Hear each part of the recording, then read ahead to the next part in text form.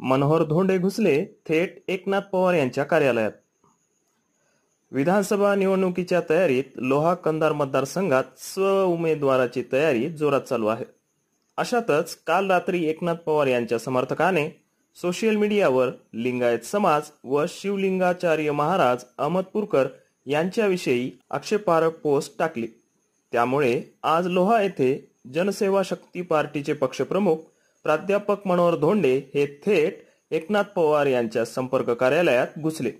त्यामुळे जनसेवा शक्ती पार्टीचे समर्थक व शिवसेना उबाटाचे समर्थक हे एकमेकांशी आमने सामने भिडले होते। त्यामुळे दोन्ही गटात तणाव निर्माण झाला होता। पण हा वाद निकोपाला जाऊ नये यासाठी पोलीस निरीक्षक ओमकांत चिंचोलकर यांनीही खबरदारी घेतली होती।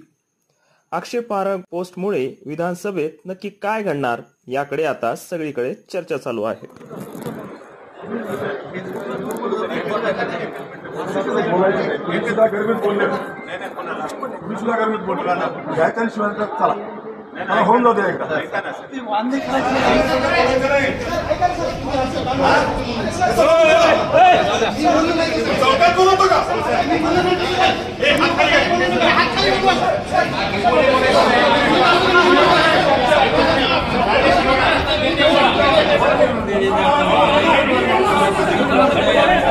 Yeah.